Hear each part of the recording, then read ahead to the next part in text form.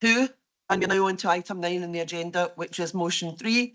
That's by Councillors Andy Doig and John Houstoun.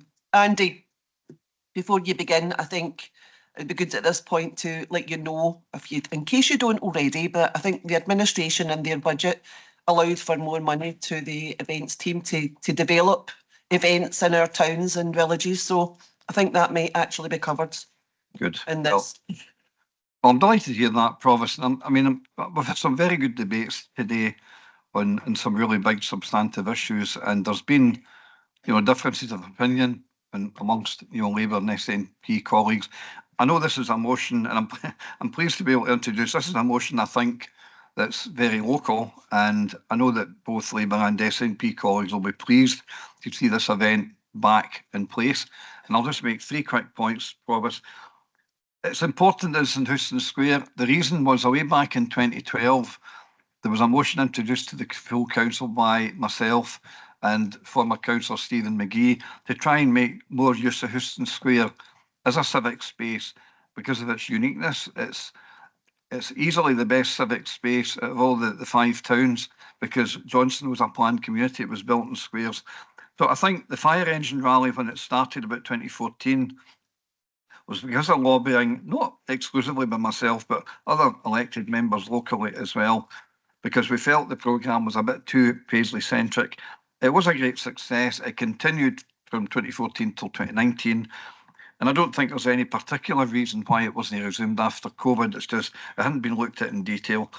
Now, I think it could be expanded possibly. The Kilbarchan General Society are in charge of the original fire tender that Kilbarchan had. Now, there might be other villages round about Johnstone who have also got artefacts, various artefacts relating to transport and to fire engines. So there is, I think, the scope for making this a bigger event than it has been. I think it's popular as well with families and retailers. And I think the event, I'll just conclude, Provost, the event has got a disproportional benefit to the retailers because Houstoun Square is built in a square, but that's not the case, as I've said, for Paisley or Renfrewshire or other places. I would say that the traders in Johnstone Town Centre disproportionately benefit from the fact that the event is in the square. So it's a very good event for them. It's also a good event for local families and local communities. It's a low-cost event. There's no charge for that. And it was very, very popular with the children of Johnstone, I have to say. Thank you. Sorry, Andy, I hope you didn't think I was trying to rush you there, because I know that this was very important to the people of Johnstone. And it was a great consensus. I think there's a consensus as well. It was a great event. I'll just ask formally if anyone has any amendments. No. So your seconder, Councillor Hughes, you happy to just... Yeah, just for second. Yeah. Okay, Andy, your motion is agreed. That moves us on to item 10, motion 4, Councillors Doig and Devine. Councillor Doig. Okay, thanks, Provost. We're back on to more national issues, but one that still has a very important local context. I think it's important to look at local elections, and I'm going to focus on the Paisley and Renfrewshire South constituency, simply because that's the constituency that I'm most acquainted with. The Elections Act 2022 was just a very, very bad piece of legislation. In fact, Lord Wallace, the Lib Dem here in the House of Lords, he described it as, I think, as a nasty piece of legislation. And indeed it was, because it's exclusionary legislation. The whole principle of democracy in the UK since the 1832 Reform Act has been to widen the franchise. This Act seeks to restrict this franchise because what it actually means is those who are younger, those who are less affluent, won't necessarily have the means of acceptable voter ID, and that in itself compromises the franchise. It affects elections. We all know, we've all fought in this chamber.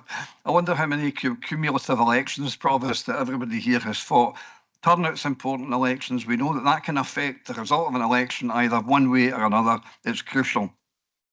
The other thing that the Act did as well, which was dangerous, it compromised the independence of the Electoral Commission by bringing it under the direction of a UK government minister. Prior to that Act, the Electoral Commission was an independent quango.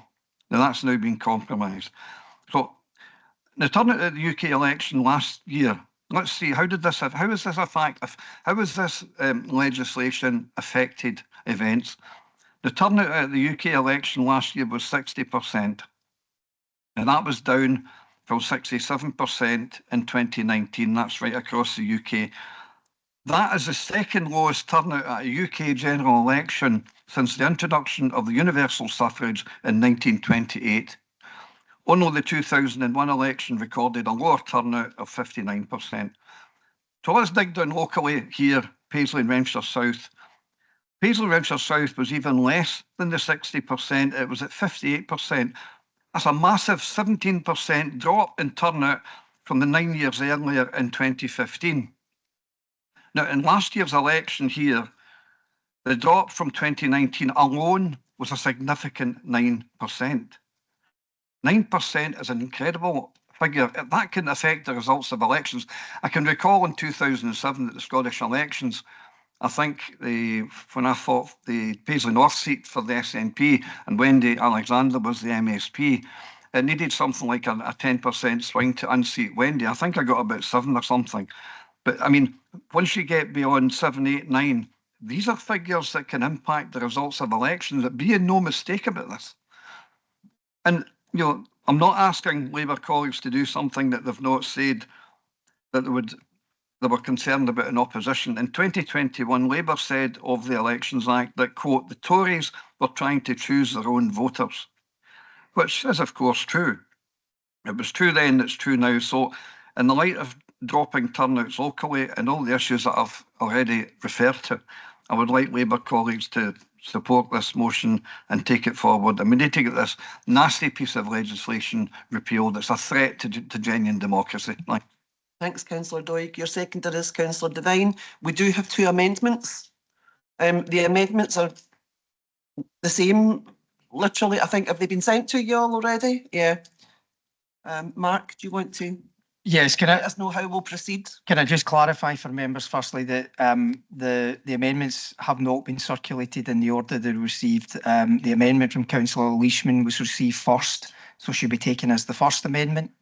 And the amendment from Councillor Neil Graham was the second. They are, however, in identical terms, and therefore I don't know if on that basis Councillor Graham will wish to insist on his amendment when the wording's already covered in Councillor Leishman's.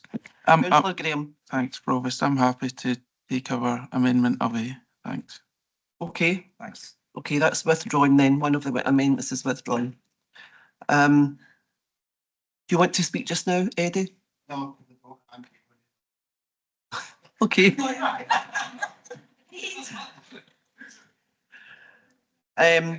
Okay, so you can come back in if you want, Andy. Councillor, so we've got an amendment then from Councillor Alec Leishman, seconded by Councillor John Gray. Councillor Leishman.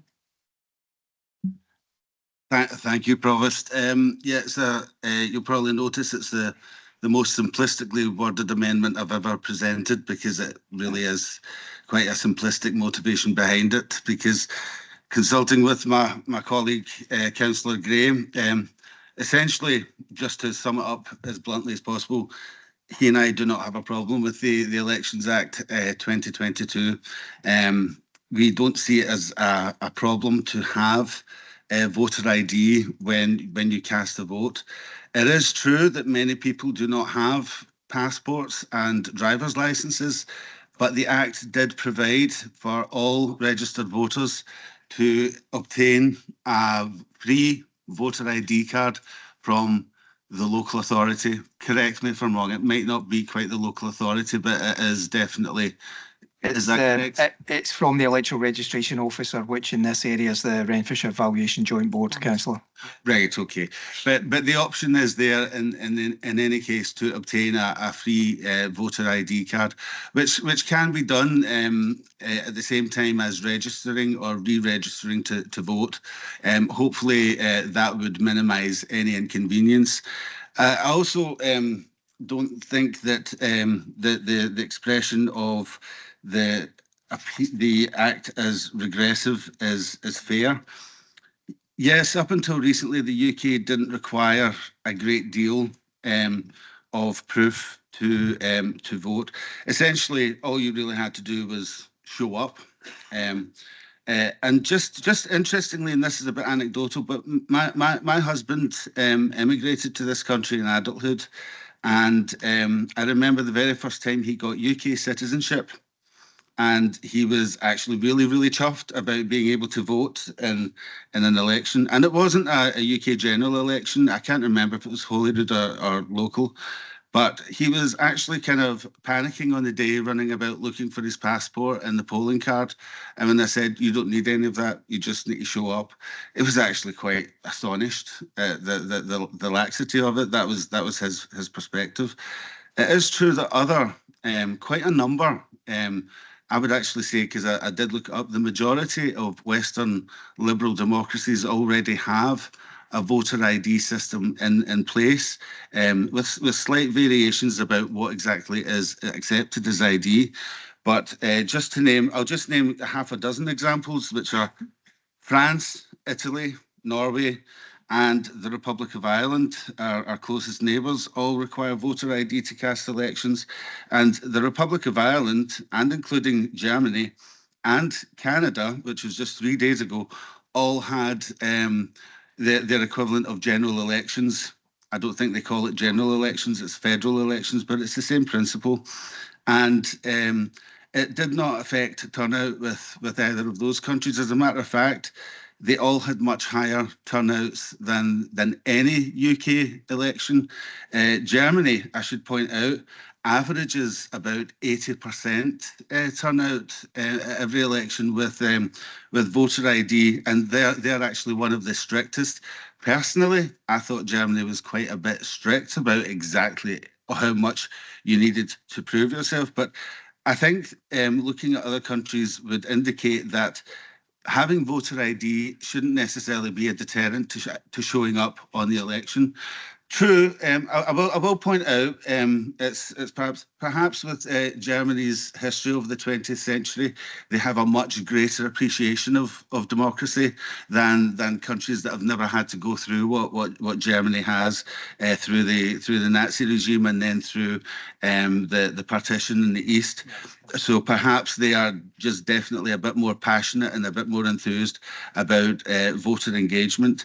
But to say that it's somehow prohibiting people from voting, I don't think that's entirely accurate. I also think it'd be a bit rude to all these countries that I've mentioned, who are all allies of ours, to say that their democratic system is regressive because they require voter ID, and they've had it for decades. As a matter of fact, amongst Western liberal democracies, the UK is up until recently, the UK was one of the very few countries that did not require any sort of voter ID. So I do agree with Councillor Doig's statement to back up his motion, because I found this out when I was reading about it just a few days ago, that I suspect the Conservative Party's motivations for bringing this act were less than honourable, and I base that on a slip of the tongue made by Sir Jacob Rees-Mogg, veteran Conservative MP and notably bad stereotype, who more or less said that the Conservatives had shot themselves in the foot by bringing this act in because, as he claimed, it turned out to be the Conservative demographic that was less likely to carry ID. But regardless of the motivations of it, I still think it's actually quite right to be able to prove who you are when you show up. I also did a thought experiment, Provost, and you'll have to you'll have to trust me that I'm definitely honourable in this respect. I did a thought experiment about how to carry out electoral fraud without voter ID. And it would actually relatively be quite easy. No, seriously. What I did notice was I know a number of people, men of my own age, who are registered to vote but hardly ever show up. I could just travel around Renfrewshire pretending to be them if I wanted. And what are the chances of me being caught as long as I didn't show up at the same polling booth twice?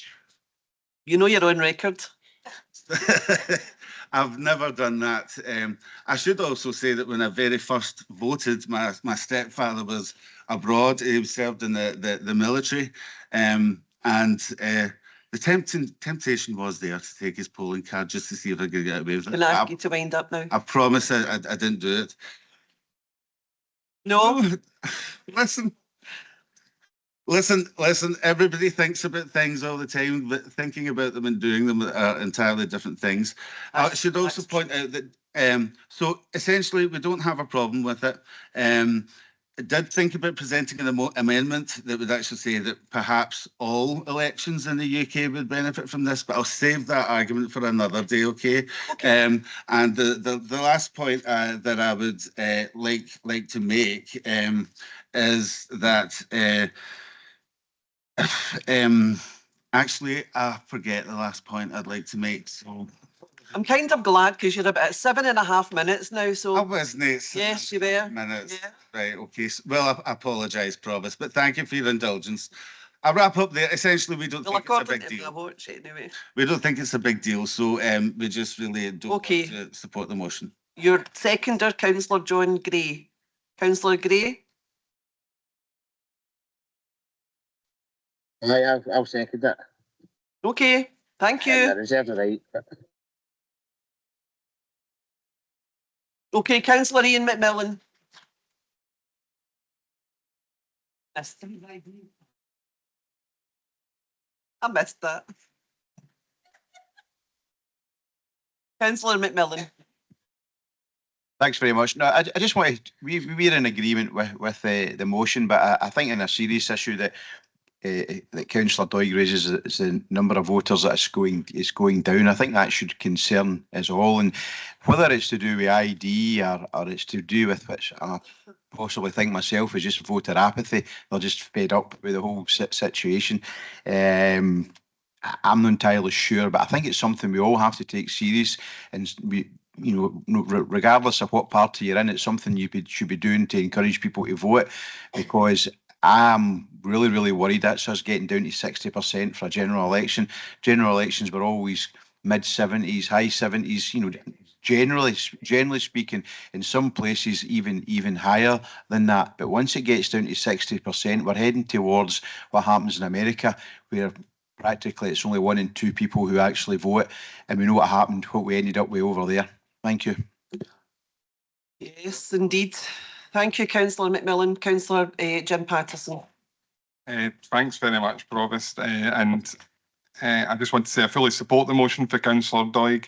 I didn't really plan on speaking, but I think there was some points raised in Councillor Leishman's rationale behind his amendment that I just wanted to pick up on.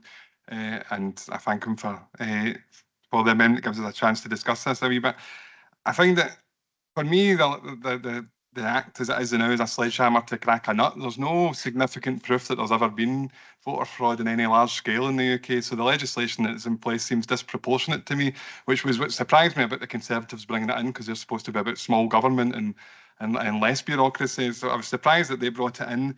And I take the point Councillor Leishman made that they found out retrospectively it maybe had more of an impact on their traditional voter base than maybe what had been hoped for by Jacob Rees-Mogg. But I'm going to play devil's advocate. I don't care if it suppresses anybody. I think it's a bad thing whether they vote Conservative, SNP, Labour, Reform at some stage in the future, maybe, or if we can be content in the election isn't just a one person going down to all the polling stations voting for Reform. I suppose at a Scottish election, because apparently if there's no voter ID, you can do that, which I hadn't really considered in the past. But we want to, and Councillor Leishman wanted to emulate these kind of other liberal democracies. There's a few other things we could emulate first before we emulate voter ID for these liberal democracies. For me, it would be full proportional representation. That will increase voter turnout if they actually feel that their vote matters and will return a government or return a coalition government that they've got a stake in. So that's the kind of things I would rather emulate voter ID. We'll talk about the Republic of Ireland. I don't know why they have voter ID, but the thinking was behind it. But they've had the single transferable vote system for their parliament or for as long, and they've had 2 referendums on whether to change it, and have opted not to, which shows the kind of confidence they have in their electoral system. So that might explain the turnout there. I think there's a lack of, I suppose, maybe confidence in our electoral systems in the UK at the moment, and I think that's why Councillor McMillan touched on the US as well. People feel disenfranchised, but anything that's an obstacle to voting is a regressive step for me, particularly when there was never any proof that there was electoral fraud happening in any kind of significant scale in any of the UK elections that I'm aware of. And trust me, there's a few that I wish we could reverse based on and call into question, but you need to accept that's democracy. You have to accept the outcome of these. But that's all I've got to say. Thank you very much, Provost. Thanks, Councillor Patterson. Councillor Neil Graham. Thanks. I'll keep it short. I mean, if Reform gets so many votes in Renfrewshire, we'll certainly know the reason why now. I don't. We.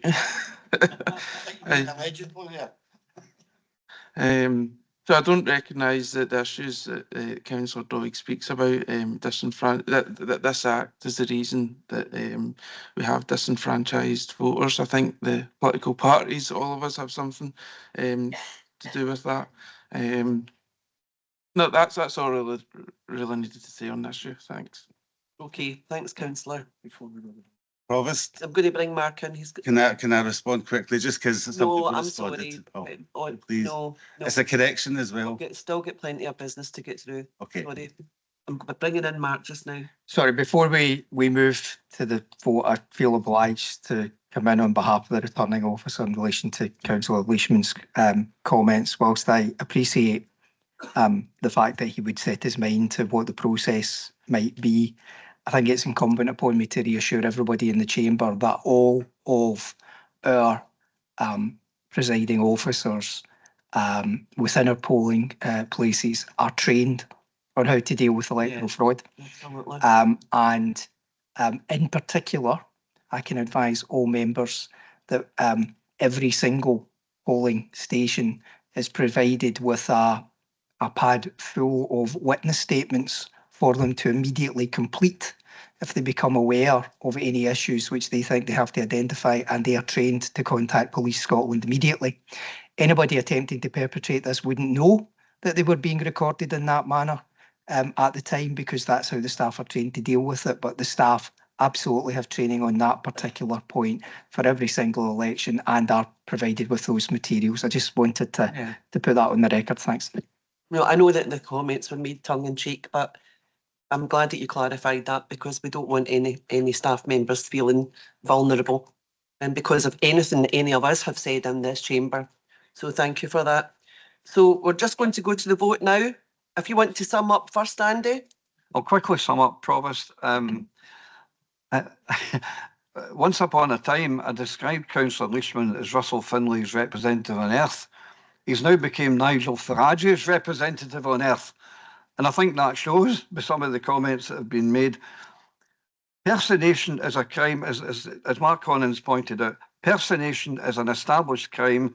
If you've been fighting elections, Councillor Leishman, as long as I have, which goes back about 40 odd years, I think, you would understand the points that Mark Conahan made. Personation is detectable, and it's not the case that perhaps somebody like your husband could just go in and just say, oh, I need to vote. They'll ask for your, they'll check out where you are in the voters' roll, so there is a check, and there's always been a check. And I think what concerns me about the Act is you've not addressed in any way the exclusionary elements of this. And it is exclusionary. The kind of clients, when I worked in addiction support for 20 years locally, the kind of folk that I supported are exactly the kind of people who've got most reason to vote in society, who are maybe living in the worst housing conditions, whose children have the worst educational outcomes, but they're the least likely to do so. This Act will only make that worse, and that's why it should go. And I'm very heartened by the comments made by Councillor McMillan and Patterson. It has to go, and I do hope the Labour government acts on it. Thanks. Okay, thanks. Councillor Doig, go to the vote now. Thank you. Thank you, Provost. It's a roll call vote. We have a motion by Councillor Andy Doig, seconded by Councillor Devine, and an amendment by Councillor Leishman, seconded by Councillor Gray. Could members confirm whether they are voting for Councillor Andy Doig's motion or Councillor Leishman's amendment? Councillor Adam. Motion. Councillor Ailey Nicholson. Motion. Councillor Ann-Dowling. Motion. Councillor Burns. Motion. Councillor Jacqueline Cameron. Motion. Provost Cameron. Motion. Councillor Campbell. Motion. Councillor Clark. Motion. Councillor Davidson. Councillor Devine. Councillor Andy Doig. Motion. Councillor Roger Doig. Motion. Councillor Gilmour. Motion. Councillor Grady. Motion. Councillor Gillian Graham. Motion. Councillor Neil Graham. Abstain. Councillor Gray. Amendment. Thank you. Councillor Hood. Councillor Hughes. Motion. Councillor Innes. Motion. Councillor Leishman.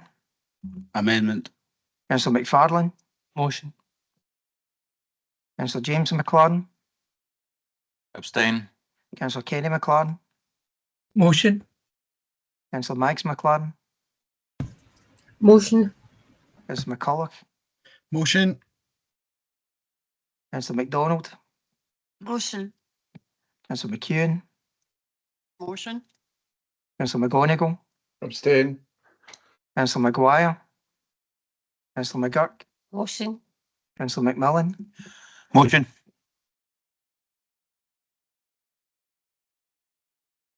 Councillor McNaughton. Motion. Councillor Montgomery. Councillor Mullen. Councillor Milet. Motion. Councillor Nicholson. Councillor Patterson. Councillor Rodden. Motion. Councillor Shaw. Motion. Councillor Smith. Motion. Councillor Steele. Councillor Hannigan has voted for the motion. I'm going to go back and try Councillor Davidson again.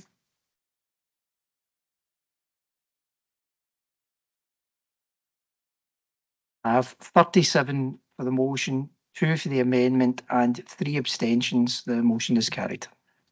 Okay, thank you, councillors. Item 11 now, motion 5 by councillors Ann-Dowling and Gilmour. Councillor Ann-Dowling, we do have an amendment to this motion, which we'll have circulated.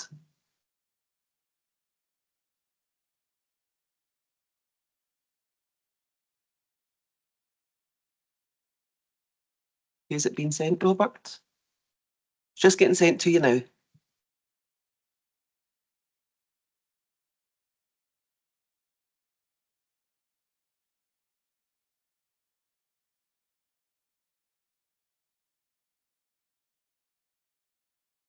So the amendment is from Councillor Andy Doig and Councillor John Hood. Okay, I'll give you a wee second to have a wee read of it.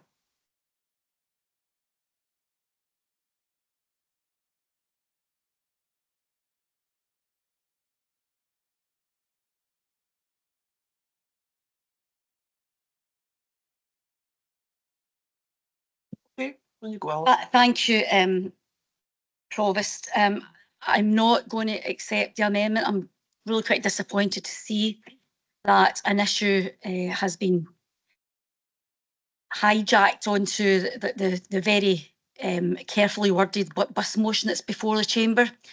But anyway, it's here and I'm not accepting it. So I'll just, if it's okay, I'll just move on. Yeah, move on. Thanks. Thank you, Provost. Strathclyde Partnership for Transport have now set out clear plans to take forward bus franchising powers in their final Strathclyde regional bus strategy, which is currently out to consultation. I would urge everyone, if they can, to respond to that. It only takes 5 or 10 minutes. The new Traffic Commissioner for Scotland will play a pivotal role in deciding whether bus franchising can go ahead in Scotland. We now know that the post has been advertised by the UK government. The deadline for that was Monday the 28th of April. But in the job description, there is still no specific mention of bus franchising and the significant new powers the Scottish Government have given to the Traffic Commissioner within the process set out in the Transport Scotland Act 2019. Myself and all campaigners who are working in around this issue feel that this is a major oversight, because not only will the Traffic Commissioner be required to convene a panel every time a local transport authority, known as LTAs, seek to have a franchising proposal approved, and that's in section 13J of the Act, but they'll also have to convene a panel every time an LTA wants to vary their franchising network once it's up and running. You can see that in section 13N. The panel process states that each panel could take up to 1 year to convene and reach its decision. And I'm sure we can all agree that it's a significant time commitment.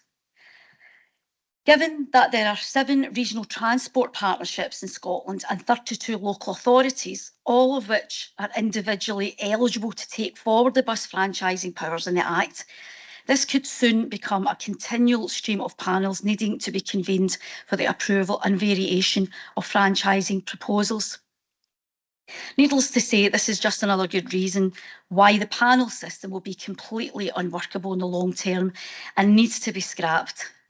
Now, members may not be fully aware of this, but the equivalent English legislation, the Bus Services Act 2017, does not require any panel approval, as LTAs are empowered to make their own decisions to approve and to vary the franchising frameworks once the initial processes, which is assessment, audit, public consultation, have been followed.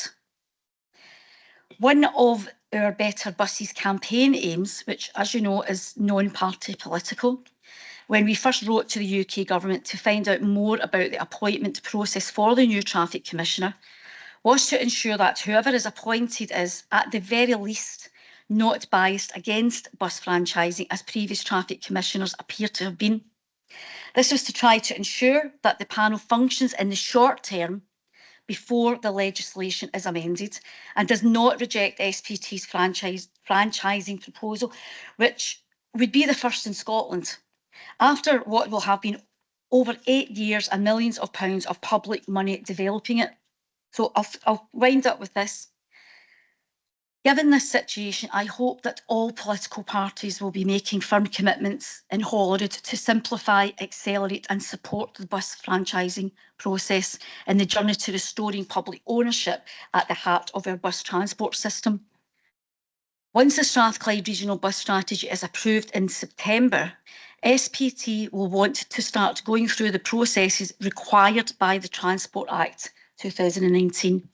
They will need the powers available by this September and support from the Scottish Government to implement the proposals, which is why I ask that we should write to the Scottish Government using this motion as the vehicle. I move the motion. Formally second and reserve the right to come back in. Yeah, Provost, thank you.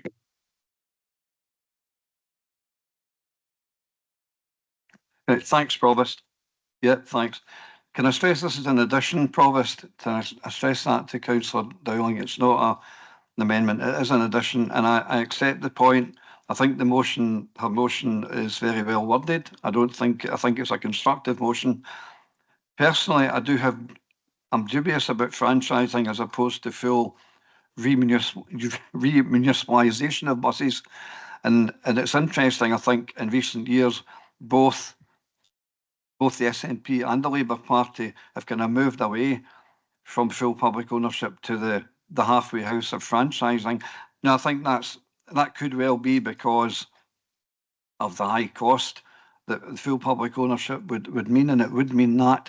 But I think in the long term for the travelling public, it's a route that we'll inevitably, if you pardon the pun, have to take. So I'm not entirely sold on franchising, but if that's the model, I mean, the Scottish Government did make the provision in 2019 that local authorities could remunicipalise if they wanted to, but they just didn't give us the money. And I don't know why. If you go back into the chamber here 5 years ago, when Councillor Devine was the Labour leader, There was a motion passed around about 2018, 2019. It was moved, I think, by, at the time, Councillor Natalie Dawn, seconded by Councillor Rodden, and I think the late Councillor Jim Sheridan moved an amendment that they accepted. The whole of the chamber at that time, including Councillor Neil Graham and the Conservative group, were in favour of that policy. So we've moved away from that. I think the issue with franchising is this. There's weaknesses in it. You're still, in a lot of ways, at the behest of bus operators, and that's really the issue. But what's became clear to me, I'll finish up on this in the amendment. This isn't a wrecking amendment, Councillor Dowling. It's a warning. It's not a hijack. The threat of the raised NI contributions for the Labour government to medium and small bus operators here in Renfrewshire, here now, is very real and very present. And I'm certainly working very hard to try and make sure things don't inevitably go the road that they could. But it's a moving time bomb for local bus operators. First Bus and McGill's, companies of that magnitude, they'll still suffer from the policy, but they've got the economic cellulite, if you like, to withstand it. But franchising will still depend on smaller operators who don't. And that's a real threat to bus operators here and now. And if Councillor Ann-Dowling doesn't believe me, that may become apparent in 18 days' time. Thanks. Thanks, Councillor Doig. Councillor Hood? Formally second. Everything. Okay, Councillor Andy Steele. Thank you, Provost. I can support the motion. As Councillor Dowling pointed out, it was carefully written. Extra funds are always welcome. I don't think any of us will ever argue against extra funding for the council, and I would also largely agree with the reservations surrounding the role of the Transport Commissioner in this. After many, many years of legwork from councils and SPT, I would also consistently have argued and will continue to that decision making should be democratically accountable, and that means the people in this room and other councils across Scotland. In terms of getting the scaffolding around this, we are in a fortunate position. I'm not denying that. I've been able to benefit from the work done by other people in England and elsewhere, both in terms of legal structure, and I think that will shake out over the time, but also in bus use and elsewhere where buses been redesigned, and Dublin and London are the examples I wish to point to. It has really worked. It has really worked, specifically in Dublin in terms of patronage and engagement with disability groups, but in London in terms of an extensive use of CCTV, which is not always everybody's favourite way to go about things, but an extensive use of CCTV to tackle and prevent sexual harassment, which I think would be something we could usefully learn from too. So it can work.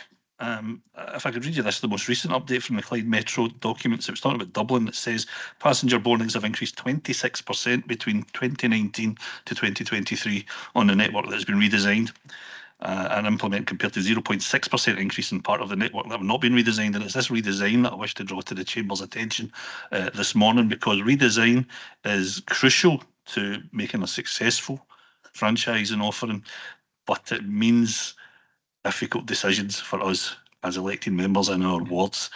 It needs to be backed up in action by elected members. When you're talking about redesign, you're looking at bus lanes, you're looking at bus gates, you're looking at traffic light priorities, you're looking at bus stop build-outs, all the things that tend to be somewhat controversial. When we're voting for this, and I think we all will, I think it's generally, as Councillor Doig pointed out, it's cross-party support and has done for many years. We need to be aware of what we're voting for here. I think it's worth it. I hope colleagues do too. Thank you.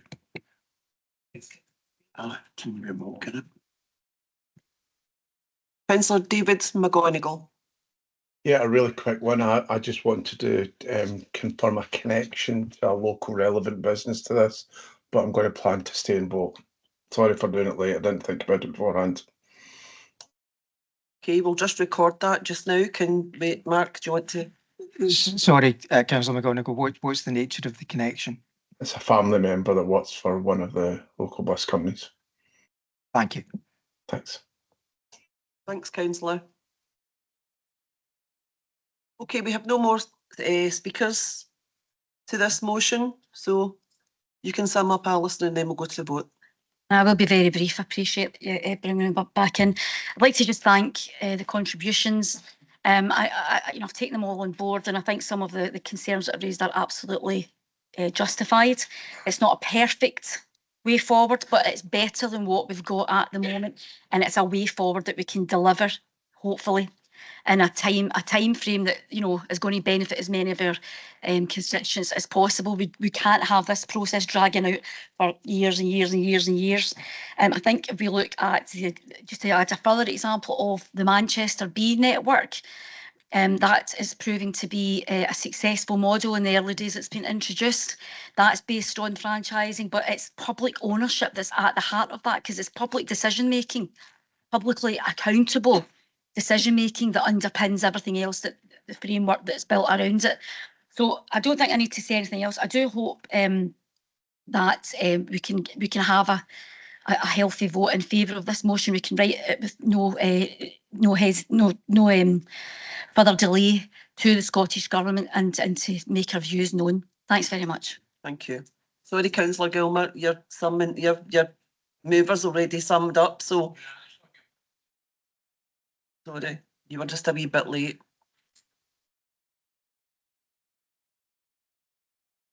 Okay, so we're just going to go to the vote now. Councillor Ann-Dowling, okay? Thank you, Provost. We have a motion by Councillor Ann-Dowling, seconded by Councillor Gilmour, with an amendment by Councillor Andy Doig, seconded by Councillor Hood. Could members confirm whether they are voting for Councillor Ann-Dowling's motion or Councillor Andy Doig's amendment? Councillor Adam. Amendment. Councillor Ellie Nicholson. Amendment. Councillor Ann-Dowling. Motion. Councillor Burns. Amendment. Councillor Jacqueline Cameron. Amendment. Provost Cameron. Amendment. Councillor Campbell. Amendment. Councillor Clark. Motion. Councillor Davidson. Motion. Councillor Devine. Councillor Andy Doig. Amendment. Councillor Roger Doig. Amendment. Councillor Gilmour. Motion. Councillor Grady. Motion. Councillor Gillian Graham. Motion. Councillor Neil Graham. Amendment. Councillor Gray. Motion. Councillor Hood. Councillor Hughes. Amendment. Councillor Innes. Amendment. Councillor Leishman. Motion. Councillor McFarlane. Amendment. Councillor James McLaren. Amendment. Councillor Kenny McLaren. Amendment. Councillor Max McLaren. Amendment. Councillor McCulloch. Motion. Councillor MacDonald. Motion. Councillor McEwen. Amendment. Councillor McGonigal. Amendment. Councillor Maguire. Councillor McGurk. Amendment. Councillor McMillan. Motion. Can I just confirm, is this an amendment or an addition? Addition. It was made clear it was an addition. Councillor Doig did state that. That's fine. Just Councillor McNaughton. Amendment. Councillor Montgomery. Councillor Mullen. Councillor Milet. Amendment. Councillor Nicholson. Councillor Patterson. Amendment. Councillor Roden. amendment. Councillor Shaw. Amendment. Councillor Smith. Motion. Councillor Steele. Councillor Hannigan has voted for the amendment. I have 15 for the motion, 28 for the amendment. The amendment is carried. Okay, thanks, councillors. Now on to item 12, business. Motion 6 by councillors McGurk and McFarlane. A nice wee motion. Councillor McGurk. I don't think we have any amendments before you start. No amendments? No? Right, okay. Thanks very much for that, Provost. Yeah, the motion is Lockfield Bowling Club is about to celebrate its 90th year, anniversary, this council would like to congratulate all connected with the success of this facility during this time. I'll just say a few words if that's okay, Provost. Right, bowling can be traced back to the ancient Egyptians and was also popular in ancient Greece. In Britain, the oldest club, and it's still in existence, is in Southampton and started in 1299. English kings, including Edward III, Richard II, banned bowls. Henry VIII also had the sport outlawed for the peasants as they seemed to be enjoying themselves too much. This is out of historical document. Like all the best sports, such as football and golf, the modern game owes its existence to Scotland. The current rules were drawn up by William Wallace Mitchell, perhaps an ancestor of the late Paisley councillor Jim Mitchell. Oh, he would like that. Lockfield Bowling Club carries the flag for the sport in Paisley and is proud to be owned and run by the Renfrewshire Council for all the people of Renfrewshire. Indeed, it is one of the few remaining community bowling facilities left in Renfrewshire. The club is open to everyone and encourages participants of all ages and from all walks of life. It has also become a social haven for many Paisley people and helps reduce social isolation. Lockfield participants are also actively involved in charity fundraising. In recent times, funds, as we know, have been tight, and as one of the councillors in the area, it sometimes felt like a battle trying to maintain support for the club. But it's to the credit of Renfrewshire Council that they have consistently been recognised the true social value of this facility and have given it constant support. So finally, I would like to offer my congratulations to the Lockfield Bowlers on this 90th anniversary and hope that we'll all be able to do it again for its centenary in 10 years' time. Well done. Well done, Lockfield. Councillor McFarlane. Formally second, Provost. Okay. We have no other speakers, Marie, so I'm assuming we're all agreed in sending our huge congratulations message to Lockfield Bowling Club. Hope they have a great party. Okay, motion is agreed. Now on to motion 7 by Councillors Ann-Dowling and Councillor McMillan. We have one amendment that I know of so far. Do we have any more submitted? Are there any other amendments? We'll have the amendments circulated to you.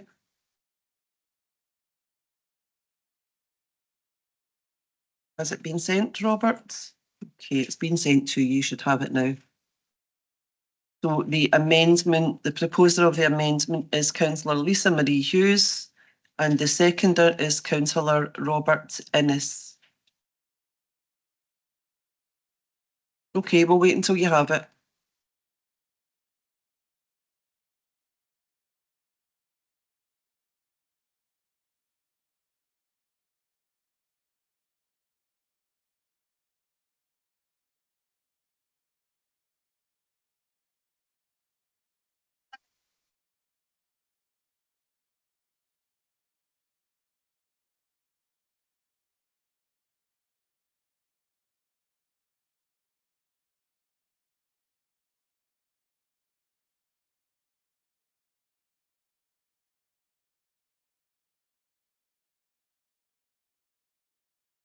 So we only have one motion left after this, so it's all down to you guys and how much you talk as to when we get out of this room.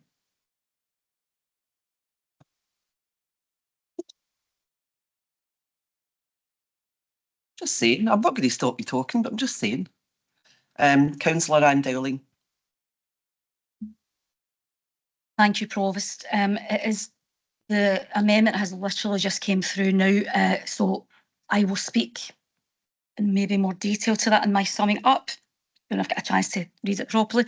But I won't be accepting the amendment. I think the reasons for that will become clear when I speak to my motion. Okay, thank you.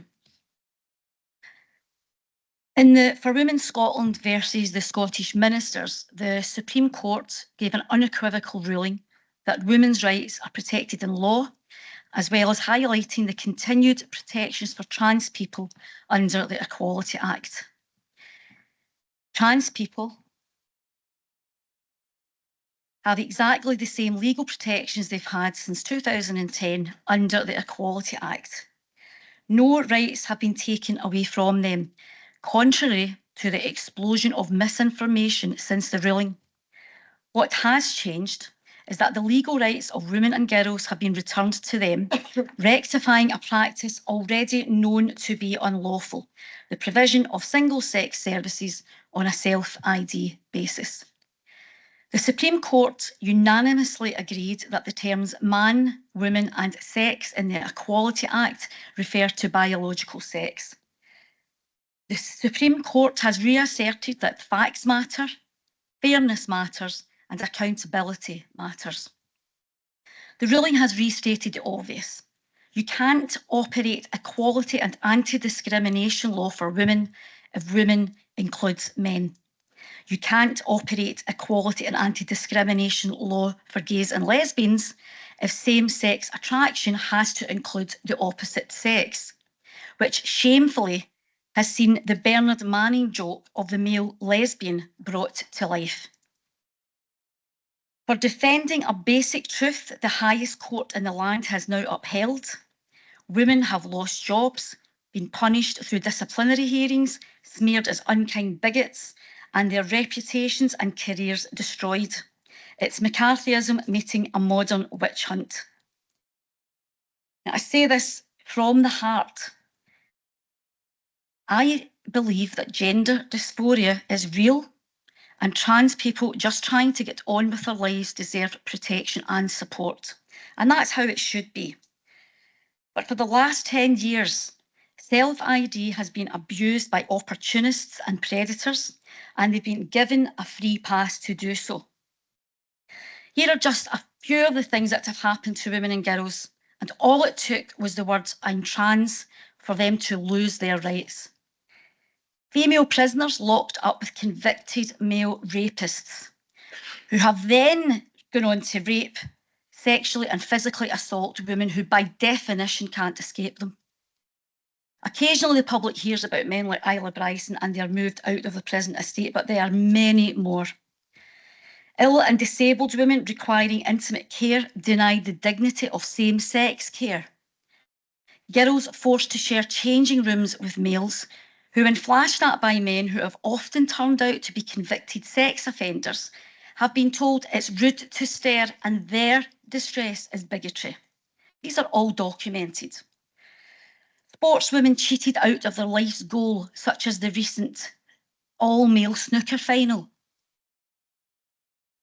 Rape victims told to reframe their trauma just because they need same-sex support. Elected members have been told many times that council officers have followed Scottish Government guidance in use of terminology and in setting policies.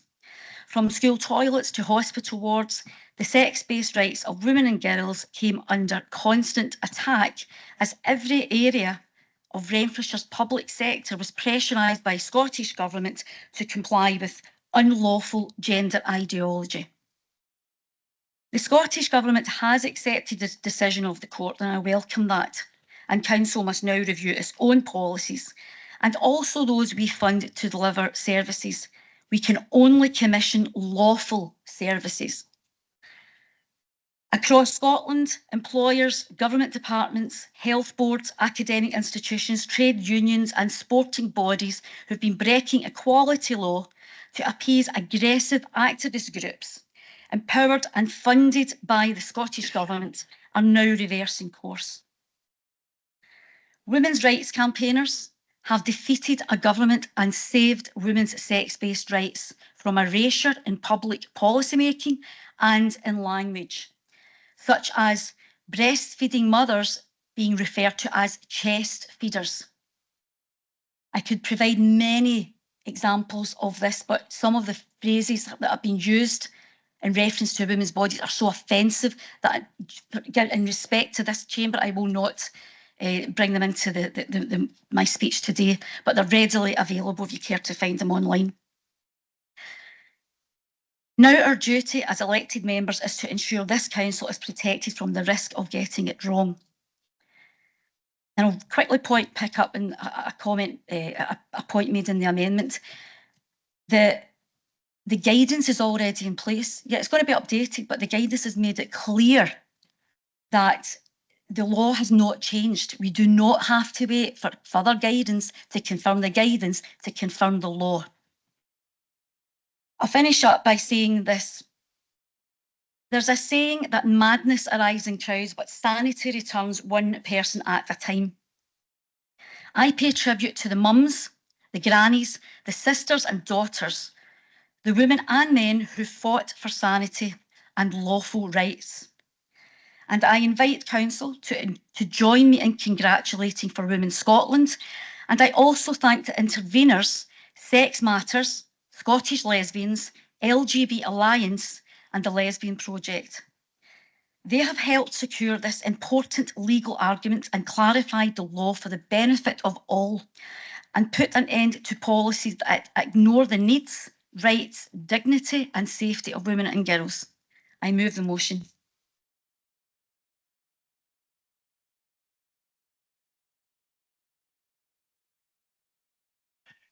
Just a few words, Provost. I certainly think, you know, this has been a victory for common sense. And like Councillor Ann-Dowling, I think we have to pay tribute to the women who have campaigned for this for years and years and years. Women of all ages, of all backgrounds. I think they've done a terrific job to stick with us over the years. And as our motion mentions, I certainly look forward to seeing how the council are going to react in terms of our policies and procedures on this ruling. But as I say, well done to everybody involved in this. Thank you.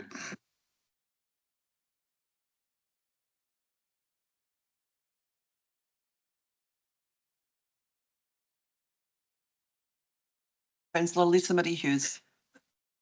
Thank you, Provost. I wish I had Councillor Ann-Dowling's confidence and joy about the return of women's rights, because that's but not what I consider this to be.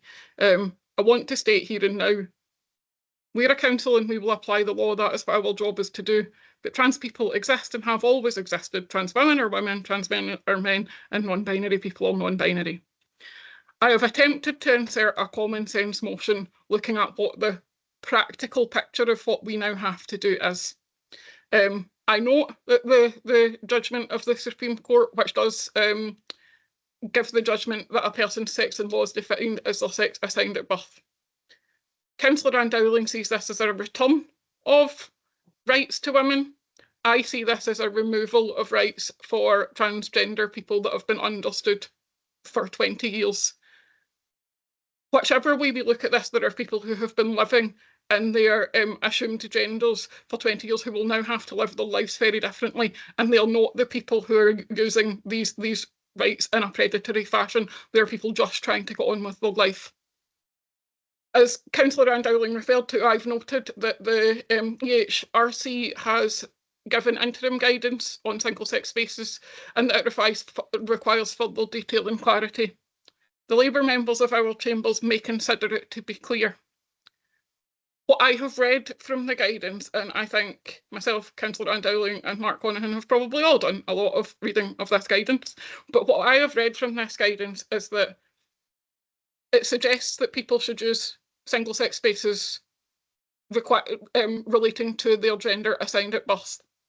But it then goes on to suggest that trans men, which the people who have proposed the motion believe are women, let's be clear, that trans men cannot enter women's spaces, but they also should not be entering male spaces. There's no clarity in that, and the guidance also says that that needs to be dealt with on a case-by-case basis. To me, that's not clear at all. It is already the case that people who do not meet patriarchal, Eurocentric, and very heteronormative ideas of what femininity is are being questioned about their use of public spaces. I watched the debate on Lesbian Week of Visibility at Westminster in Westminster Hall, and Kate Osborne MP referred to the fact that she's constantly misgendered, and that she feels that this will make things much worse for her. It happens to her already. She thinks that it will make things much worse for her, for other lesbians, and for anyone who does not present immediate femininity. A friend of mine a couple of months ago was challenged in a toilet at a gig. She's queer, she's quite mass presenting, and she was challenged in a toilet gig, and she's also autistic. So you can imagine how pleasant that interaction was for her. It's not pleasant for anyone, but it's deeply unpleasant. So I think we need to get these things right, so that when we are putting things in place that for some people are requiring them to do things very differently, and where guidance presents a binary but actually says there's a bit of this binary that isn't quite right, so you can just work out what you need to do about those people. To me, that's about as clear as mints, to be honest, and I think it's important for everyone's rights that we get this right. I've noted that Dr. Victoria MacLeod, a former judge, is taking a case to the ECHR, challenging the decision. Now, of course, the EHCR cannot override the Supreme Court, but the government and the Supreme Court should take heed of them, and I think that's important. And finally, I've just stated that Council agrees that we must ensure equality for all and reaffirms our position of support for trans people in living their authentic lives and recognising their rights to live and use public spaces with dignity. Don't actually know how anyone can disagree with that. Unless, of course, you believe that trans people don't exist. As I said, this has been positioned as a victory for women, but as an intersectional feminist is someone who believes that we look at all intersections of inequality and not at inequality in its separate bits. I don't think it is. I think what we have done as the right-wing government's approach, who will use this, we have defined women by their genitalia, and we have opened the door to that being pushed further. It is a massive concern for me. And I am stating this very specifically because there are different voices for women here, and this is being stated as a victory for women. And many of the women who are voting in our chamber today do not believe it's a victory. I do not believe it's a victory. I think that when you begin to roll back rights for one group, you begin to roll back rights for us all. As I said, I think we have to look at this sensibly. The council has a responsibility to meet the legislation. But the interim guidance is not clear. It will be consulted on, and if that consultation is a true consultation, I would expect some changes, variances, further explanation of the issues that I've raised that I don't think are clear at all. And I think it is incumbent upon us to make sure that we are getting right. That's not to say that I think officers should wait until June to do any work. Of course, I think they should be working in the background. I know they have already. But I think jumping ahead until we have full guidance, not interim guidance, is not meeting equality for anyone. And I think it's important that we do that. And I will just finish by saying that as a person, I will continue to support trans people who are having a very difficult time at the moment, partially because of this. Thank you, Councillor Hughes. Lost the amendment. Who was the second? Councillor Innes. Thanks, Provost. I'll be brief. Councillor Lisa Marie Hughes said everything really that I wanted to say on the matter. But just a point I want to make.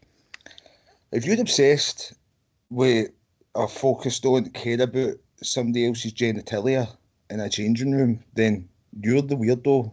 Like, know the person that's trying to get changed. If you're in a public restroom and everybody is behaving as you would expect, going to the toilet, washing their hands, checking the reflection, then what does it matter if they're a male or a female? It's abusers that should be the concern and the focus here, not the people in the toilet.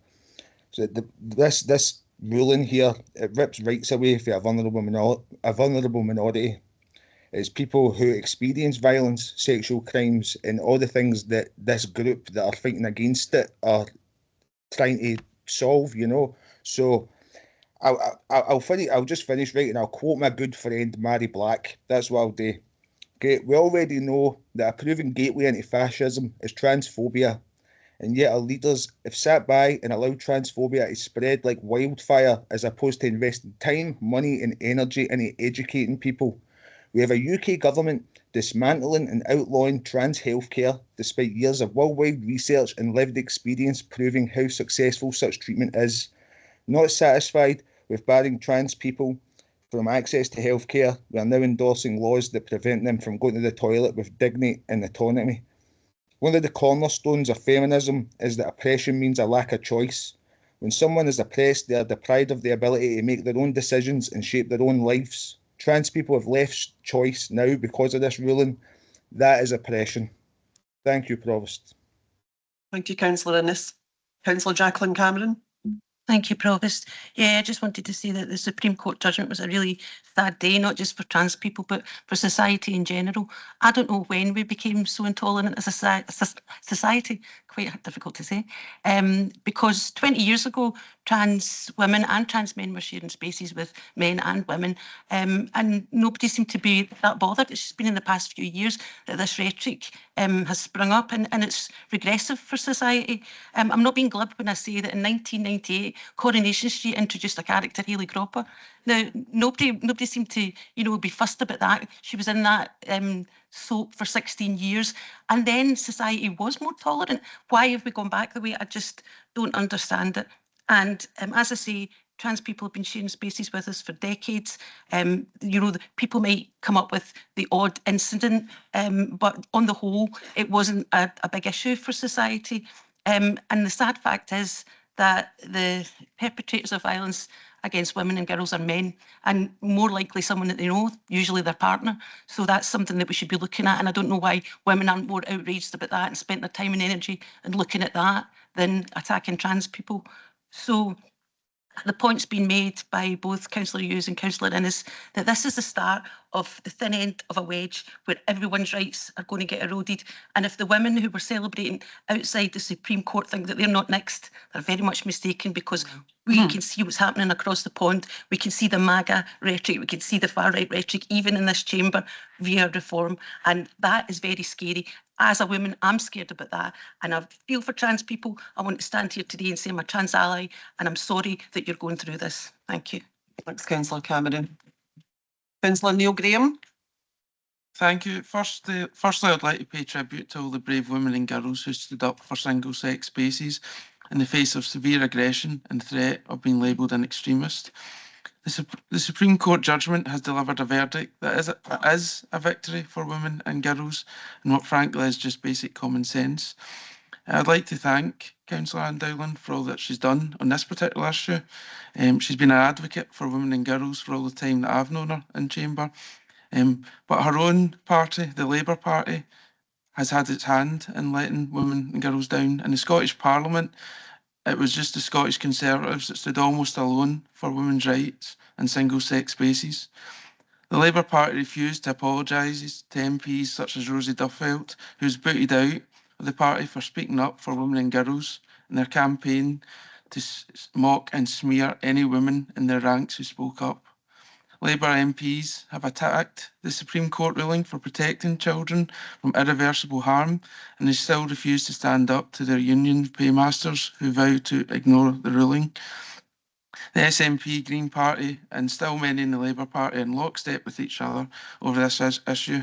And just to be clear, again, it is a victory for women.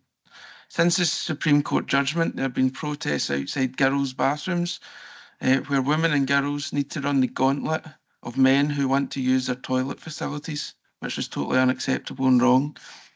Our children deserve protection, not political ideology. Women's sports should be for women, female jails should only house women, female toilets are for women and girls.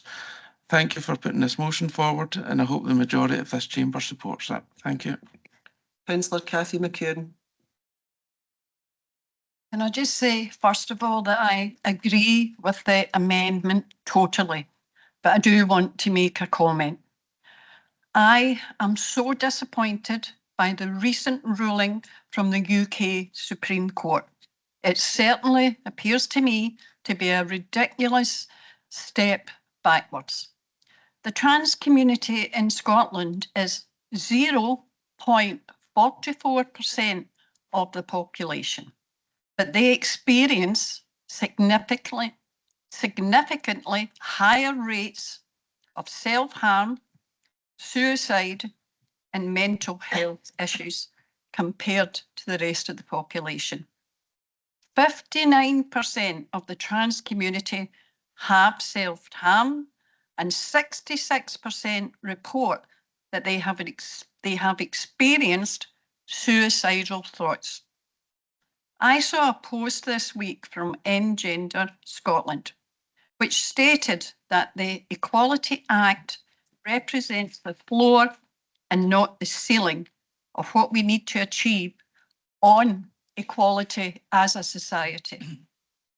I feel, me personally, that it is distasteful and lacking in basic empathy for anyone to celebrate a group of people who are among the most marginalised in society having their rights taken away from them.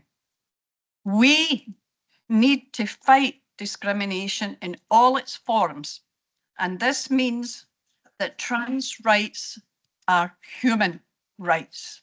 Let's bear that in mind. Thank you. Thanks, Councillor McEwen. Councillor Leishman. Thank you, Provost. I'll respond to a couple of points that have been made so far. Firstly, I can assure Councillor Hughes that I will not be approaching this subject from a heteronormative stance. As a matter of fact, one of the rulings that is often overlooked is that the Supreme Court also decided that same-sex attracted people also have the right to form exclusive associations. That was to prevent, as a result of this ideology, gay women more or less being threatened with exclusion, punishment, and even criminal charges if they refused to date a man, which is, I think, absolutely horrifying. And yes, it was gay women, gay men, straight men. Straight women didn't experience that. It was gay women.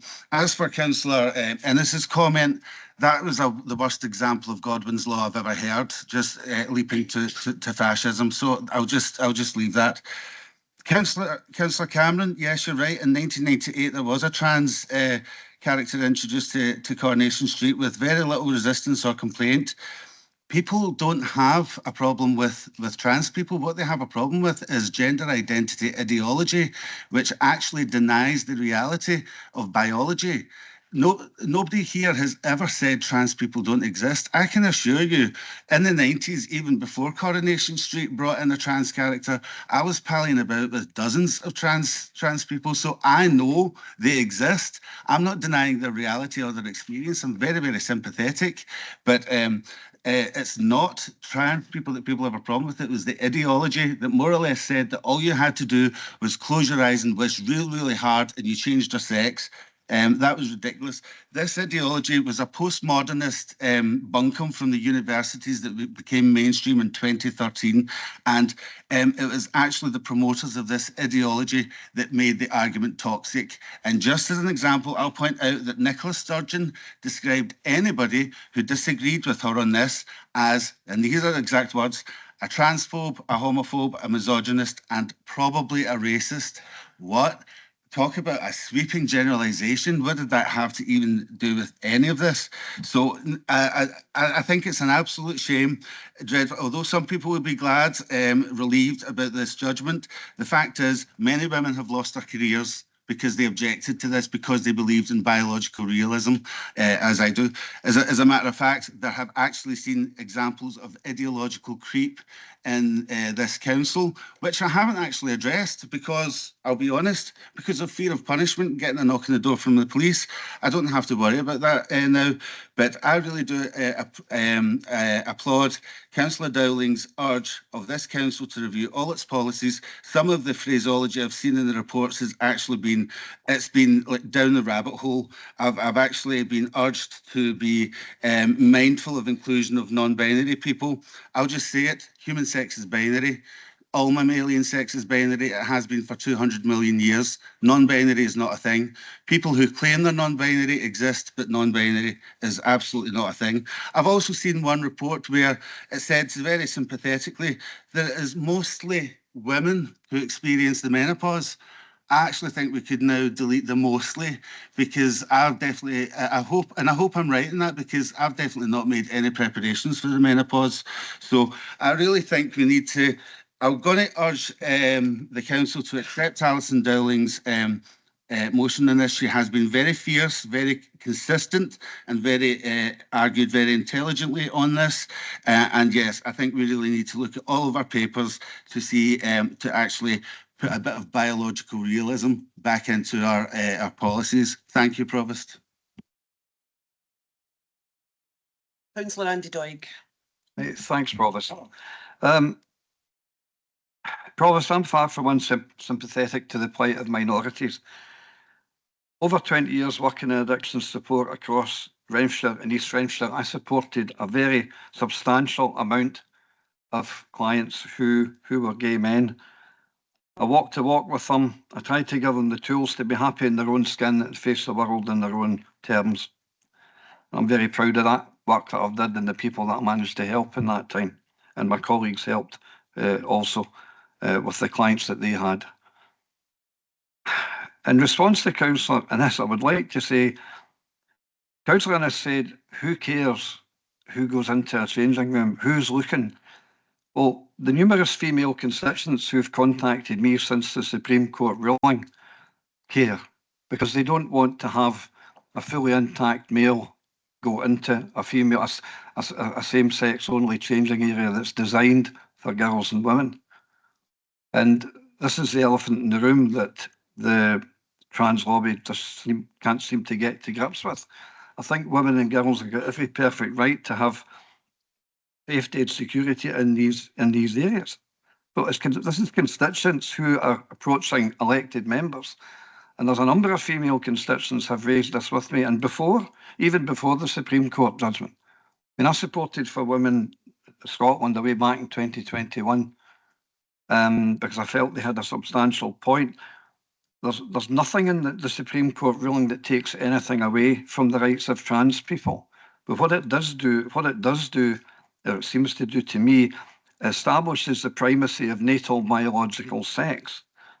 It establishes the ontological reality. And there seems to be a number of people in all parties, mainly in the Green, definitely in the Greens, a substantial number in the SNP, a fair number, Councillor Dowling, in the Labour Party still, a lot in the Lib Dems, who are still fighting the fight about the Gender Reform Act. And to me, that was the issue. That was the big legislative mistake that the Scottish Parliament made. You can't, when you start to talk about removing a rigorous clinical process to evaluate things as to whether somebody has gender dysphoria, it's deeply, deeply flawed legislation, because what it did was place faith above reason. It's a matter of faith. If somebody feels that they are deeply, and I understand how deeply felt it might be, that they are in fact in the wrong body, that's the same level of faith as a Buddhist who passionately believes in reincarnation, or a Catholic who passionately believes in transubstantiation. It's a passionate personal belief. It's a subjective belief. And why you need to have a rigorous process for identification of that for people who want to go through the trans process is because sexual reassignment is a major life decision. And the criteria for that simply can't be based on subjective feelings. It has to be based on objective science. Thanks. Thanks, Councillor. Councillor Graham Clark. I've just noticed the internet's dropped out my computer, but thank you, Provost. It's not beyond our imagination as politicians to work out ways in which we can both support the trans community and women in our society who felt very vulnerable given some of the pressures which were coming from mixed spaces. We can, if we are wise about the situation, support both groups of people. We have to learn to listen to both, not just to one minority, to the trans minority, but also to women in our society who felt extremely vulnerable, in fact, felt unsafe. And so I think that we can work together to support people of all different kinds of sexualities who identify in different ways, as well as ensuring that women feel safe within our society. To support one group to the detriment of another is not good. And I think that we have the capacity and the imagination to support all groups across our society, and to push one group against another is a big mistake. Thank you, Councillor Clark. Councillor Graham. Thank you very much. I'll keep this very short. It's really a question or something noting. In the motion, the amendment, I beg your pardon, the Council notes the Equality and Human Rights Commission's interim guidance on single-sex spaces, and it's saying it requires further detail and clarity. Now, the Commission's guidance on schools is that they should not have unisex toilets, which is why we've seen Paisley Grammar scrap having, I'm delighted to see it, scrap having unisex toilets. So what I'm wondering about is if we're accepting the guidance about for schools with children over the age of 8, what other guidance are we waiting to hear for about single-sex toilets? Are you looking for a cut-off age that that'll suddenly go away once they leave school? And I do think that this amendment, for me, it never mentions women. It is more about not agreeing with the decision. And the key line for me here is about, I think you're waiting to see what happens with this in the Court of Human Rights, as opposed to accepting the law. Thank you. Thanks, Councillor Graham. Do you want to come in, Mark? Thanks, Provost, and thanks, Councillor Graham. A number of people, and indeed the amendment which has been lodged, is referring to what has been published by the Equalities and Human Rights Commission as guidance. It's not. It is very clearly titled by the Commission as an interim update on the practical implications of the UK Supreme Court judgment. They've been very clear, in my view, not to describe it as guidance, because the statutory guidance process requires them to go out to consultation and to then report to Parliament.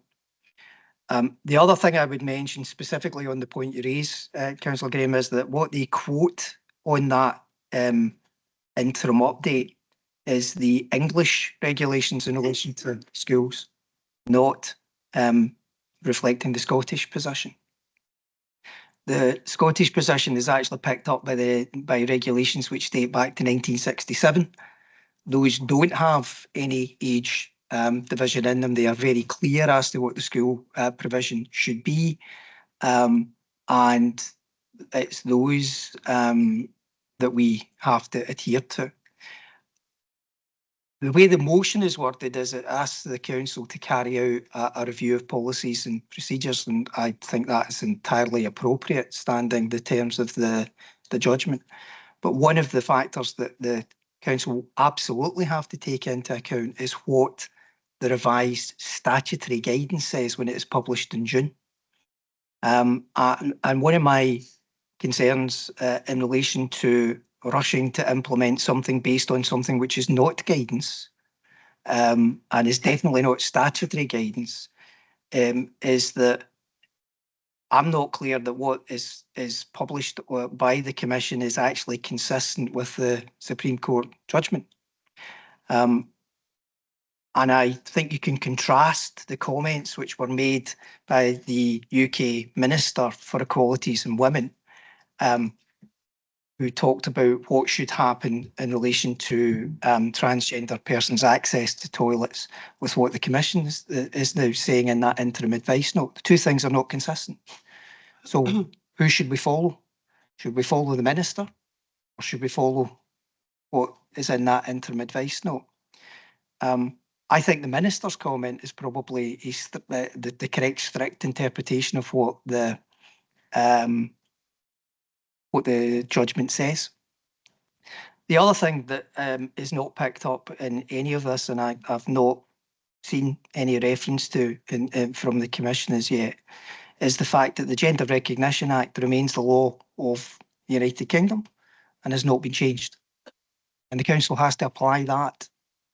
And the decision of the Supreme Court has provided us with absolute clarity as to what the definitions of women, men and sex are within the confines of the equalities, within the confines of the Equality Act 2010.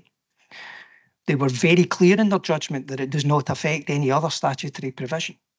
So the Gender Recognition Act remains. So therefore, when we are going through our policies and our procedures and considering what we do going forward, we have to have regard to all legislation, including health and safety legislation and building regs, which make requirements in relation to toilets. We have to have regard to the GRA. We have to have regard to the Equality Act. We'll have to look at the actual decision from the Supreme Court, and we will have to look at the statutory guidance. If you ask me to give you a copy of the statutory guidance that applies just now, it would be the guidance which existed before that Supreme Court decision. It's not changed. So on that basis, we will have to take the time to correctly consider, as I say, what I envisage is the exercise that the motion asks us to carry out. That's going to take time. And one of the big factors in that will be that's the issuing of that statutory guidance, which will be consulted upon, which every member in this chamber and every member of the public I would expect to have the opportunity to respond on. And then once we've been through that process, I'd remind members that it's for members to decide the policy, not officers. So we will have to bring back our views in relation to what policies require change and seek approval. So again, that's going to have to go through a process. So all of that will have to happen. And on that basis, I don't take any exception with how the motion is worded, because I thought the motion envisaged that would be the exercise that we would be carrying out. I hope that helps. That was very helpful. Thanks, Mark. So I suppose I'm asking here then, the toilets at Paisley Grammar, what drove the decision to move? Because the press are presenting it as if there were going to be unisex toilets and then they were to be scrapped. It's just whether that's correct in the press or not, and why was it decided? I think the comment I would make in relation to that was that, as I understand it, that decision was taken in May of last year. So it's not in any way been driven by the Supreme Court decision. What is clear in relation to that is the 1967 regulations require the provision of single-sex toilets within schools in Scotland. The decision which happened in the Borders case, as I understand it, and I think we are still trying to get clarification as to exactly what the provision was within that particular primary school. But my understanding is that it simply had unisex provision. There were no single-sex toilets. Paisley Grammar has been planned to have single-sex toilet provision since May 2024. Well, not that you'd think it, according to the media. That is exactly the kind of rhetoric that's coming out of this whole debate. Okay, Councillor Innes, could you please be quick, given that you've already been in, because there are a couple other people who want to speak. Of course, I'll be brief. Thank you. It was just Councillor Andy Doig chose to reflect on my contribution, and I feel that he misrepresented it.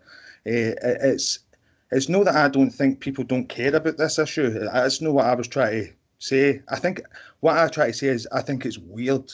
I think it's weird. That's all I want to say. I think it's bizarre. You know, I've worked at the Lagoon my entire life, and it's got unisex changing rooms.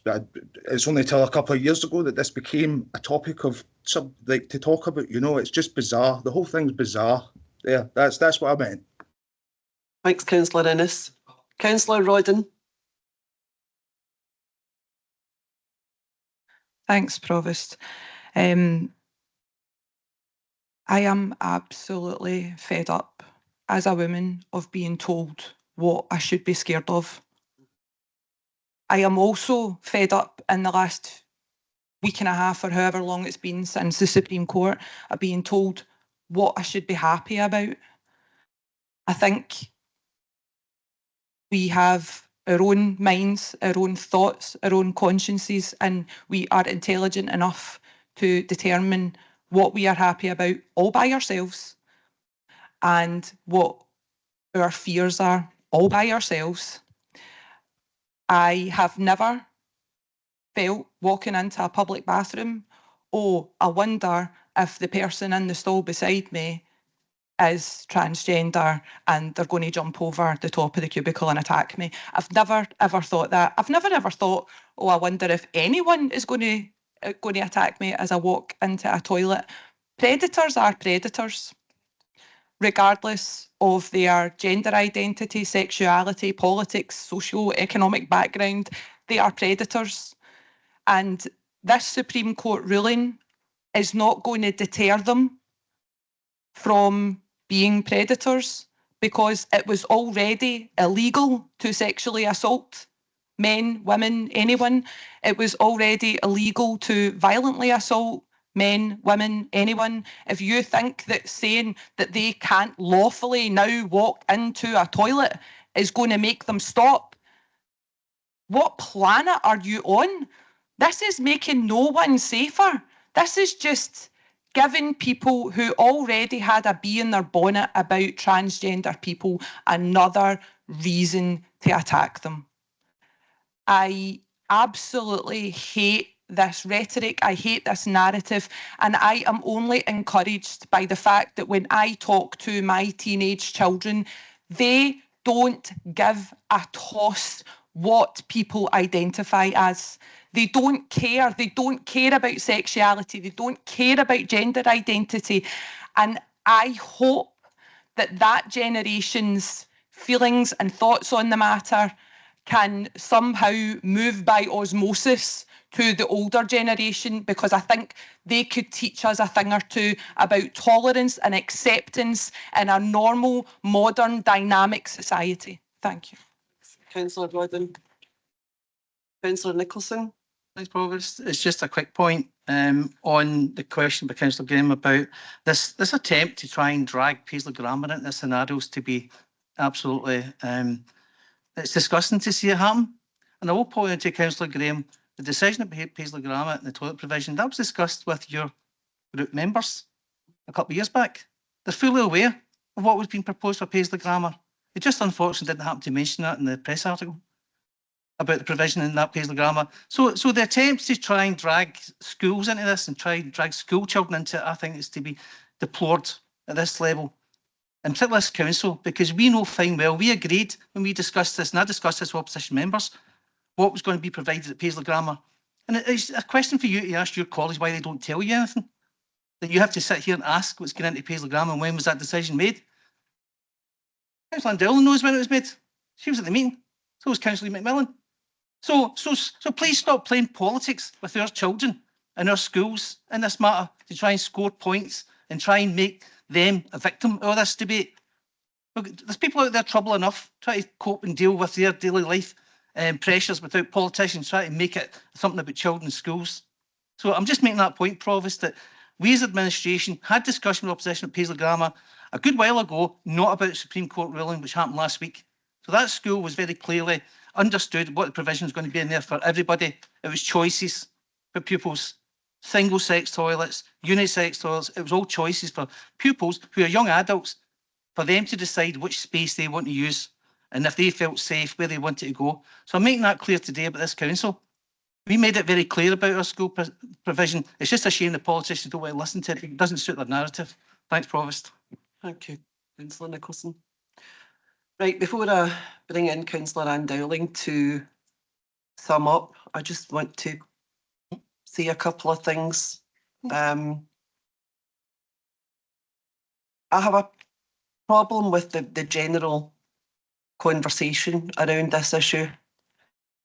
Before the Supreme Court ruling, I was under no illusions about what a man was and what a woman was. And I just thought trans people will if they're a man and want to be a woman, they'll become a woman. If they're a woman that wants to become a man, they'll become a man. I wasn't confused about any of that. That was up to them. It was none of my business. But now people actually don't. We're back to the days where people were talking about it as if it was something terrible, when it shouldn't be something terrible. None of us disagreed with what a man was or what a woman was. And I've been an advocate for women's rights my entire life. And having 3 daughters, that just made me even more resolute. And anybody that has daughters will feel the same as I do.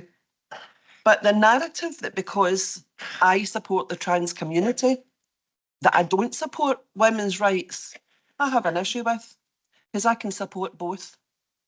And then the notion as well that all trans people are sex offenders, because let's face it, we can't deny it. That's what we're hearing right now, right across social media, in the media, in newspapers, you name it, that's what we're hearing. Well, that amounts to the notion that all men are rapists because one man raped somebody last week, or that all women are crabbit. It's the same thing. It's the same thing. It's no different. So I've been verbally and physically abused in ladies' toilets, not by trans people, but by women. I've never been accosted by a trans person or shouted at by a trans person. It's absolutely horrific. And I want to just remind everybody that no matter whether you like that ruling or you don't, whether you know what a man is or a woman is or you don't, I just want to tell you that people with real feelings are at the back of all of this, these conversations. And I'm going to read you something. I saw this testimony, and I think this is an appropriate time. And it's by someone who felt very strongly about the recent conversations on social media. And they say, the same system that made me trans is now saying trans people aren't valid. Okay, so what do we do with intersex people now then? Because apparently it's also not an option to just acknowledge our existence and allow us to live freely as we were born. But the interesting thing is that not only do I not have male genitalia or testosterone, I'm also insensitive to androgens, so my bones and muscles are actually weaker than most people's, male or female.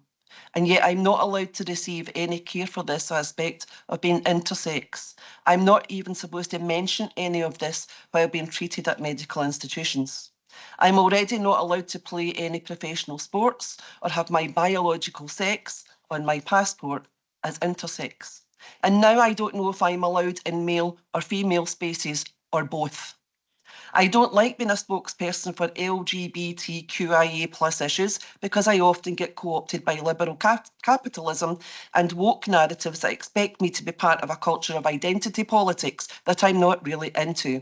And as a final letter of the queer alphabet, I'm often wheeled out at times like this to support larger issues, whilst issues around intersex surgeries, discriminations and healthcare access remain pushed aside.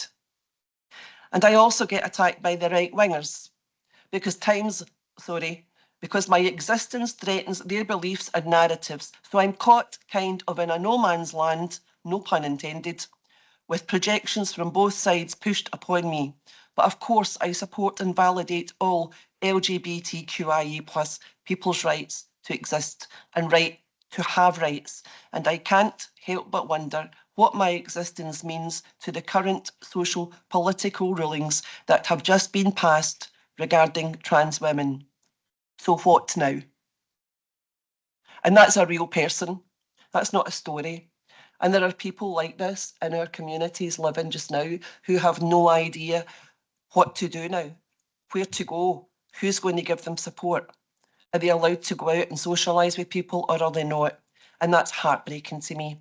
And I just want to ask all of you today to remember that there are people like this who are being marginalised again because of the rhetoric of some other people.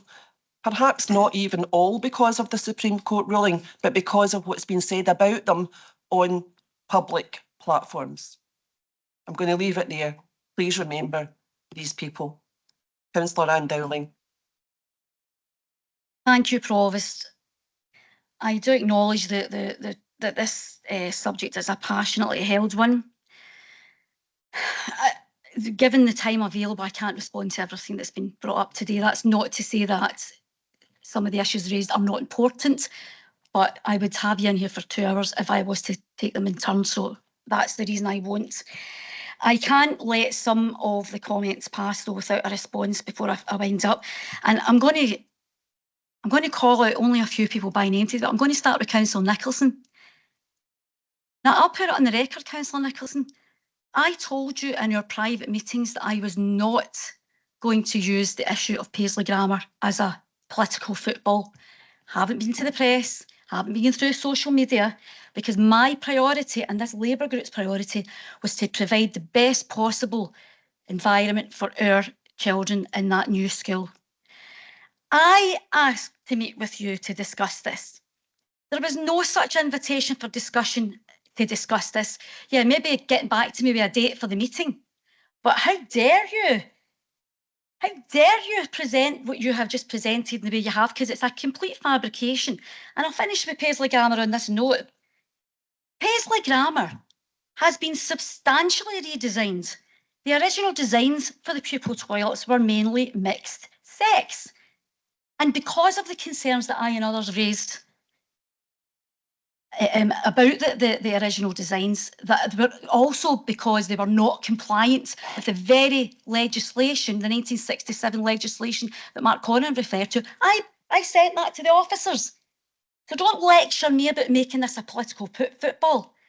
And I've always supported, given that our young people now have an expectation and a need, as has been pointed out by the Provost, for a gender neutral space, I've always supported that, and I did then and I do now.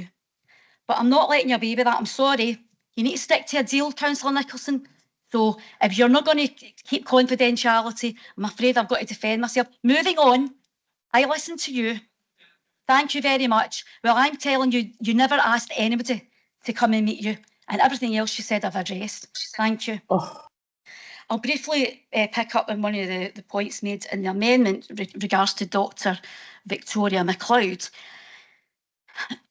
Dr. MacLeod had the opportunity to apply as an intervener in the Supreme Court case, as did any other trans organisation.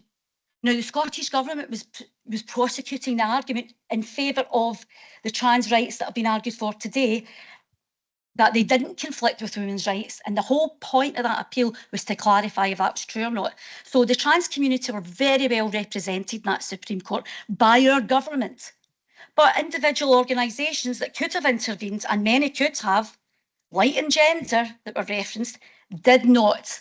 Not one applied. So if there's a lack of that balance that trans people feel aggrieved about and feel under attack, it's not because of anything that campaigners on my side of the argument have done. They can speak to their own organisations about that.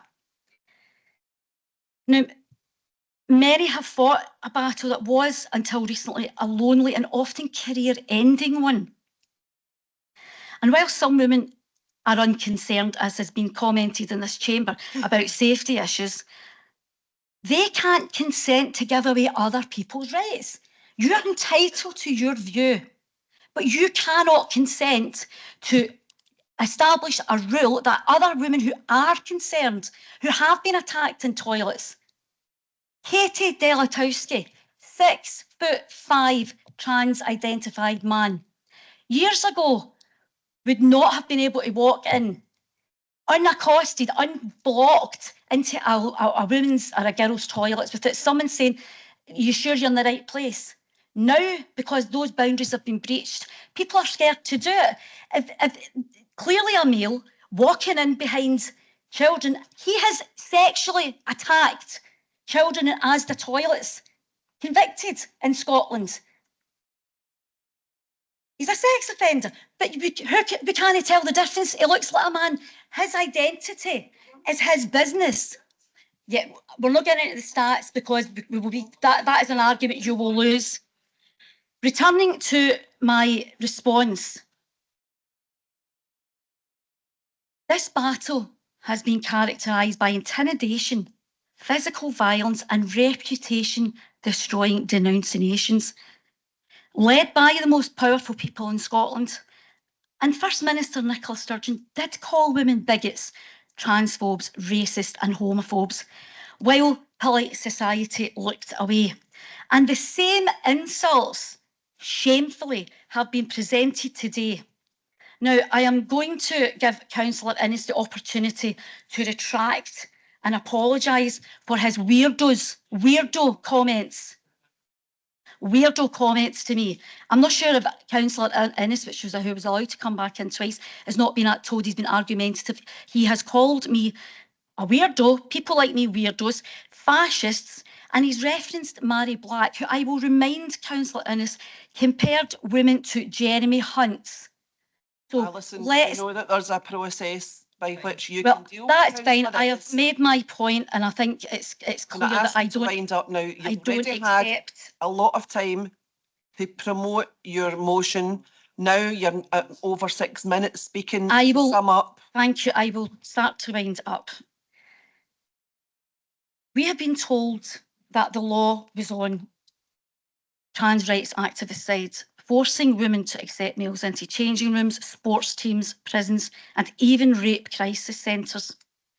For those still talking about a toxic two-sided debate or that trans women are the most marginalised in society, only women lost their jobs.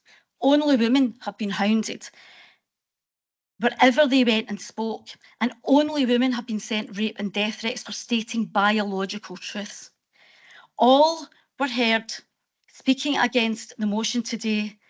It's about trans rights and they're entitled to do that, but no care for the women impacted. And I'm going to ask you this, not a single comment about women of different faiths, particularly Muslim women, who cannot share single spaces with men. They have self-excluded from public life. Gender ideology has undermined freedom of speech, scientific truth, gay rights, and women's and girls' safety, privacy, and dignity. The public never voted for it. The vast majority of people disagree with it, yet it has been imposed top down by politicians, healthcare bodies, academia, sections of the media, celebrities, and even the police. Alison, I'm going to have to ask you to stop now. I've got one paragraph left. I would ask you to indulge me. Other speakers have been given a great deal of latitude today, and as the mover of the motion, You've been given the most latitude. I have to inform you. Okay, If you can read the paragraph quickly. Jobs have been lost and lives have been ruined, and all for the crime that knowing that sex is real and it matters. It's time to move on. The law is absolute and it has been restated. Thank you for everyone's contributions today, and I move the motion. Thank you. Okay, we'll go to the vote. Thank you, Provost. It's a roll call vote. We have a motion by Councillor Ann-Dowling, seconded by Councillor McMillan, with an amendment by Councillor Hughes, seconded by Councillor Innes. Could members please confirm whether they are voting for Councillor Ann-Dowling's motion or Councillor Hughes's amendment? Councillor Adam. Amendment. Councillor Aileen Nicholson. Amendment. Councillor Ann-Dowling. Motion. Councillor Burns. Amendment. Councillor Jacqueline Cameron. Amendment. Provost Cameron. Amendment. Councillor Campbell. Amendment. Councillor Clark. Motion. Councillor Davidson. Motion. Sorry, Councillor Davidson, can you say that again? Motion. Thank you. Councillor Devine. Councillor Andy Doig. Motion. Councillor Roger Doig. Amendment. Councillor Gilmour. Motion. Councillor Grady. Motion. Councillor Gillian Graham. Motion. Councillor Neil Graham. Motion. Councillor Gray. Motion. Councillor Hood. Councillor Hughes. Amendment. Councillor Innes. Amendment. Councillor Leishman. Motion. Councillor McFarlane. Amendment. Councillor James McLaren. Motion. Councillor Kenny McLaren. Amendment. Councillor Mags McLaren. Amendment. Councillor McCulloch. Motion. Councillor MacDonald. Motion. Councillor McEwen. Amendment. Councillor McGonigal, Motion. Councillor Maguire, Councillor McGurk, Amendment. Councillor McMillan, Motion.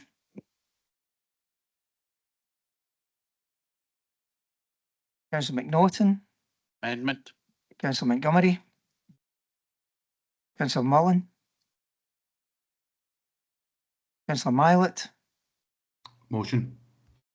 Councillor Nicholson, Councillor Patterson, Councillor Rodden, Amendment. Councillor Shaw,